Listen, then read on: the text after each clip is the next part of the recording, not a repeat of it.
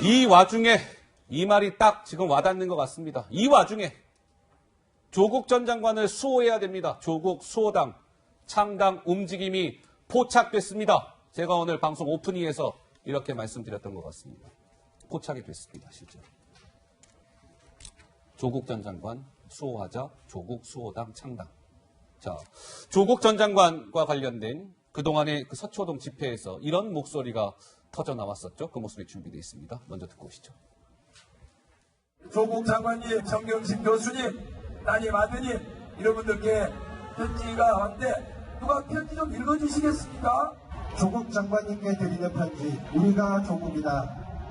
다시는 사랑하는 사람을 거리에서, 광장에서, 버스에서 조국 당신을 부르며 당신이 되어갑니다. 울지 않겠습니다.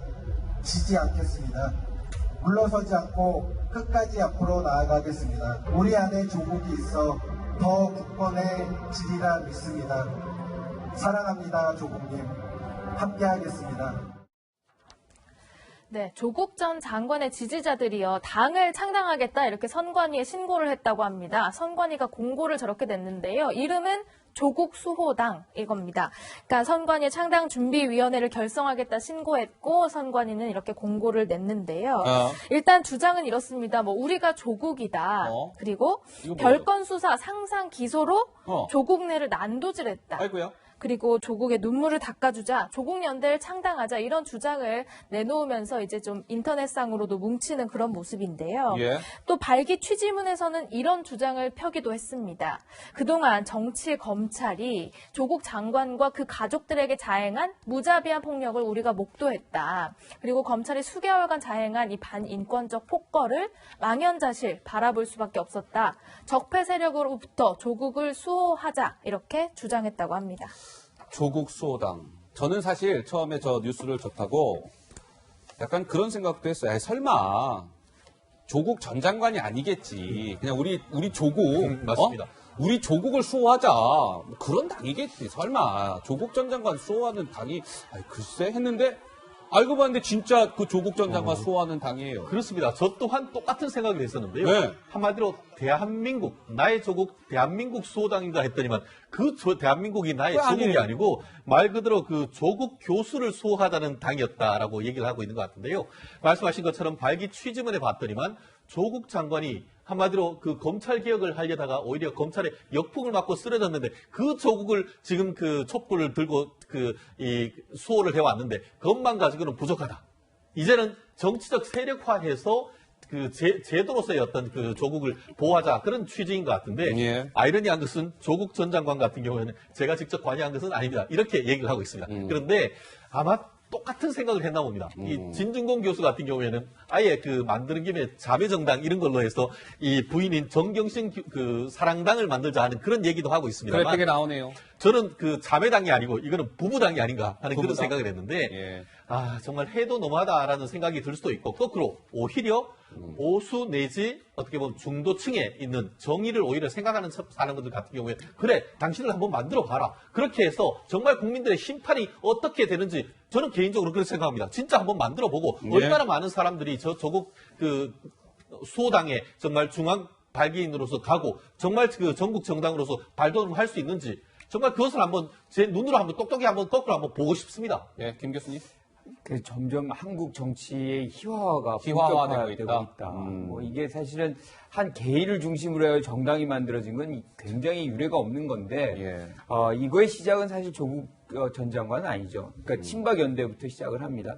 그리고 최근에는 안철수 당까지 이름이 이제 거론이 된 적이 있죠. 불허는 받았지만 이제는 조국 전 장관까지 나온다는 거는 상식적으로 우리가 생각하는 어떤 정당의 모습과는 굉장히 거리가 먼 정당 정치가 굉장히 불안정해지는 것 아닌가 오히려 더 이런 아쉬움 그리고 안타까움이 굉장히 클 수밖에 없는 것이고요. 그 장면에서 또 조국 전 장관이 SNS에 본인은 뭐 여기에 지금 나오는 바대로 저는 어떠한 창당 작업에도 참여하거나 관여하고 있지 않습니다. 저는 여기에 머무르고 있으면 안 된다고 생각을 해요. 사실은 이분들에게 이런 정당은 불필요하다는 것을 한국 정치 발전에 전혀 도움이 안 된다는 것을 얘기를 해줘야지 본인은 참여 안 하고 제3자처럼 이렇게 한다는 거는 하나의 책임 있는 정치를 했던 관료였던 분으로서의 자세는 아닌 것 같다 이런 생각이 있네요. 예. 근데 이 조국 수호당 창당 움직임이 이제 포착이 됐는데 이거는 보셔야 돼요, 시청자 여러분. 중앙선거관리위원회가 저 조국 수호당 이름을 쓰게 해줄지 말지. 그거 선관위가 오케이 해줘야 쓸 수 있는 거거든요. 안 될 가능성이 크다라는 얘기가 나옵니다. 왠지 아세요? 지난번에 왜 안철수 대표가 안철수 신당이라고 당 만들겠다고 했는데 선관위가 뭐라고 그랬어요? 특정인의 이름이 들어가면 안 돼요. 사용 불허. 조국 수호당도 아마 허가가 나오기 쉽지 않을 겁니다. 일단 이런 관측이 나오고 있는 가운데. 김 기자. 조국 전 장관 지지자들 사이에서도 뭐 경론이 오가고 있다면서요? 그렇습니다. 이렇게 일부에서는 조국 수호당을 만들어서 우리가 조국 전 장관을 지키자 이런 움직임이 있는 반면에 또 다른 지지자들은 또 강력하게 반대하고 있습니다. 아니 조 전 장관에게 허락이나 받았는지 대체 누구를 위해서 이런 행위를 하냐. 당장 이 창당 작업에서 조국 이름을 빼세요라고 이제 서로 주고받고 반박을 하고 있습니다. 이 평론가께서는 무슨 생각 드십니까? 우리 정치평론가 이종범 평론가님. 아니, 저는 이제 교수님께서 말씀하셨듯이 예. 이제 어떤 사람 한 사람의 뭐 수호를 위해서 정당이 만들어지는 그런 행태는 이제 그쳐야 되는 게 아니냐. 친박연대로서 이제 충분하다라고 생각을 하고요. 예. 이건 모두 다 사실 또 조국 교수의 책임이라고 저는 생각을 합니다. 왜냐하면 조국 전 교수가 이 자신은 연관이 없다라는 글을 올리면서 이런 말을 또 해요. 자신은 지금 사실과 법리에 근거해서 검찰 기도 부당성을 법정에서 밝히는데 집중하고 있다. 자신의 근황을 이렇게 밝혔는데 왜 대통령도 이제 좀 그만 놔주자. 뭐 그 얘기를 했잖아요. 놓아주자. 그런데 사실 이렇게 그 법정에서 조용히 자신의 어떤 그런 이 정당성을 밝히는데 집중하고 있나라는 저는 의혹이 생겨요. 최근에 3월 8일 자 보면 JP 모건 코로나19 보고서를 게재하면서 우리 정부가 아주 잘 하고 있다라는 칭찬하는 내용을 또 트윗에 올립니다. 예. 이런 행위 자체가 또 정치 행위잖아요. 이런 행위를 계속 함으로써 사실은 지지자들이 이렇게 조국 수호로 해서 정치적인 어떤 그런 하나의 어떤 상징으로 받들게 하는 그런 정치 행위를 하면서 자신은 관련이 없다? 저는 이게 또 이중적인 어떤 그런 표현이 아닌가 싶습니다. 오랜만에 정경심 교수 얘기 좀 해보겠습니다. 조국 전 장관의 부인 정경심 교수에 대한 재판이 오늘 진행이 됐습니다. 코로나19 때문에 재판이 이제 조금 지연이 되다가 오늘 이제 재판이 재개가 된 건데요. 정경심 교수 측에서 재판부에 이런 걸 호소했답니다. 보석을 좀 해주세요, 저를. 좀 이렇게 구치소에서 나올 수 있게 해주세요, 이런 거죠.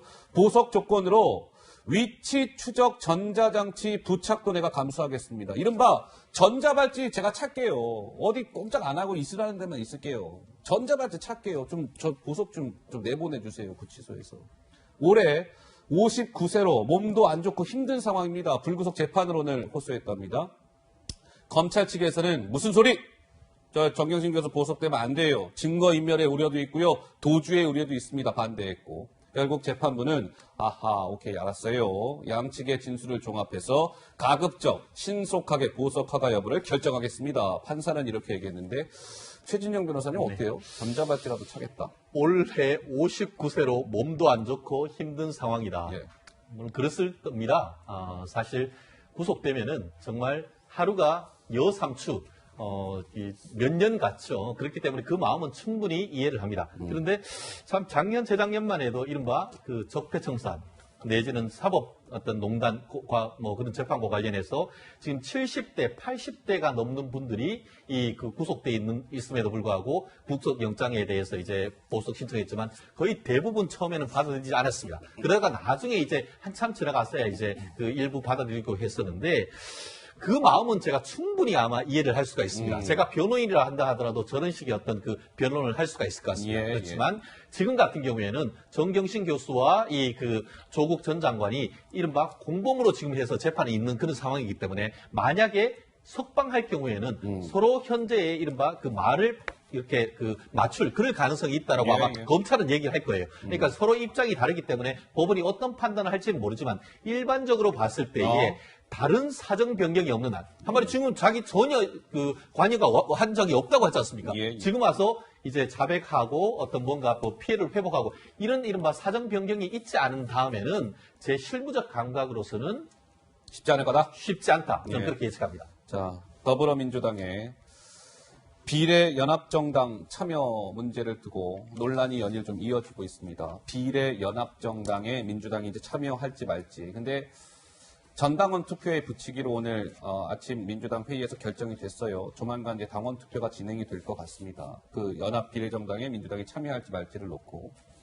근데 사실상 참여할 가능성이 매우 높다. 이런 관측이 지금 지배적입니다. 한 걸음 한 걸음 들어가겠습니다. 자, 김 기자. 오늘 말이에요. 민주당 내부에서도 안 돼요, 안 돼. 그거 만들면 안 됩니다.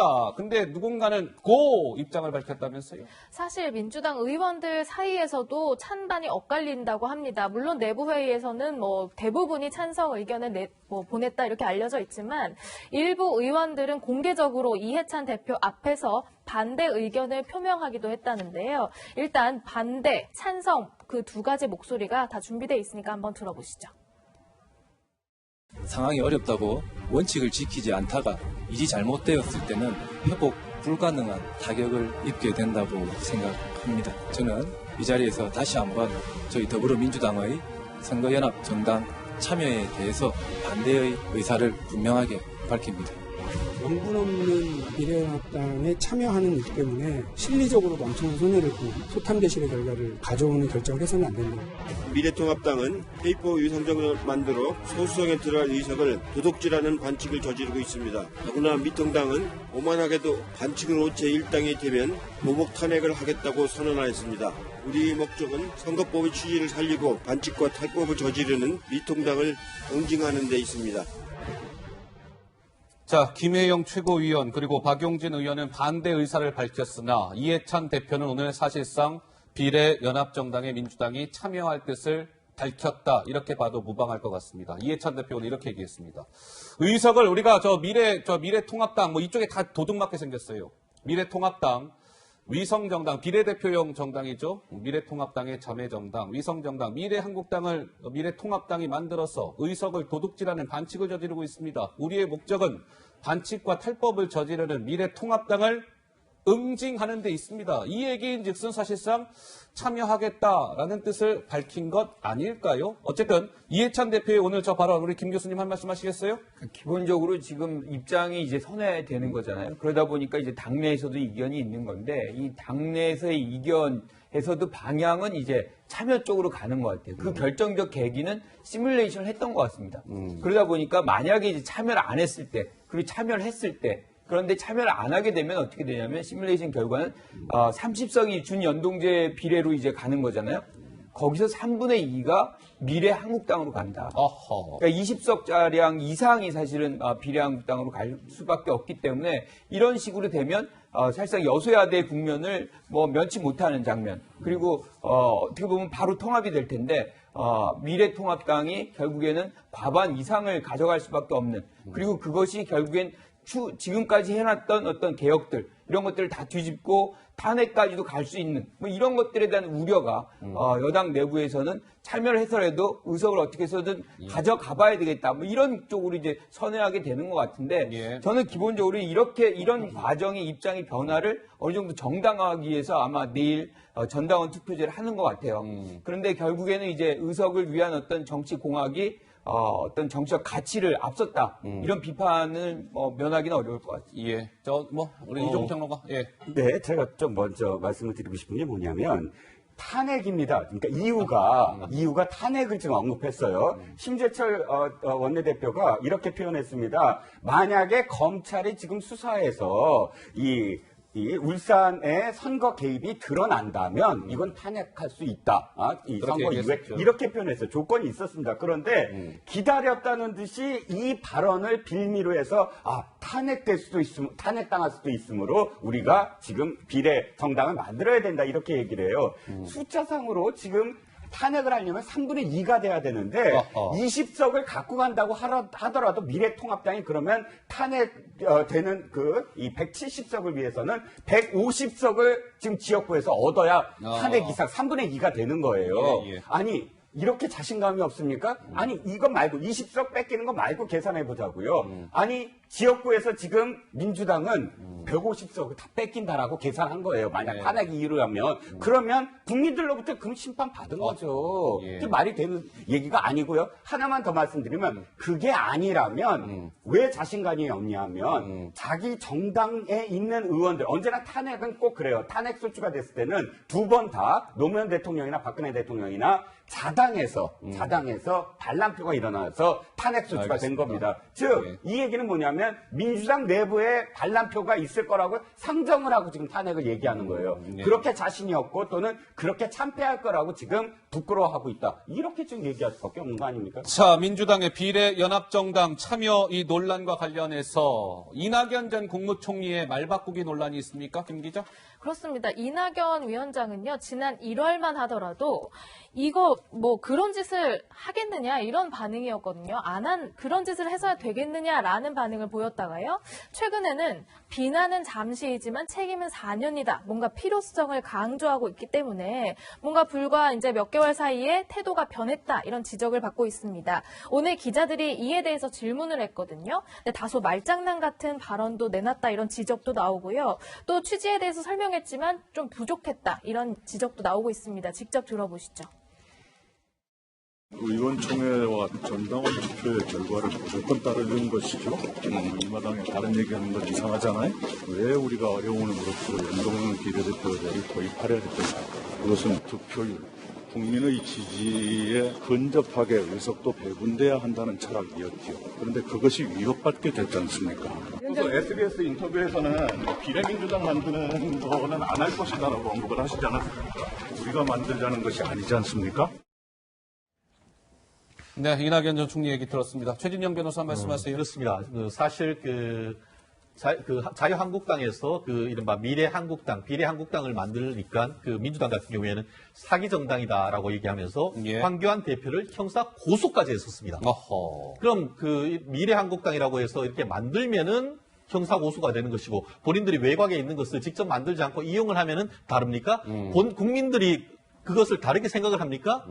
적어도 저렇게 하려고 한다고 하면은 황교안 대표에 대한 고소를 취하라도 하고 해야 하는 것이죠. 그리고 앞으로 어떤 문제가 있냐면은 한국당, 지금 이제 미래통합당 같은 경우에는 비례한국당에 의석을 꿔주는 식으로 얘기를 합니다. 그런데 앞으로 어떻게 되느냐? 이렇게 된다고 하면은 그러면은 민주당의 비례정당 같은 경우에는 그 국회의원 안 꿔주겠습니까? 그렇게 해서 앞으로 그런 일도 계속 직접 그렇게 하는 것이 노정돼 있음에도 불구하고 저런 식으로 국민들 앞에 이른바 명분은 정말 엿바꿔 버리고 지금 실리만 따지는 그런 정당이 과연 수권 정당으로서 역할을 할 수 있는지에 대해서 말씀드렸듯이 내부에서도 이렇게 했을 경우에는 중도층의 이반이 있을 거라고 하는데 그 모든 결과는 결국 4월 15일 날 국민이 심판하지 않을까 생각합니다. 알겠습니다. 자, 민주당의 비례연합정당 참여 논란이라고 해야 되겠죠?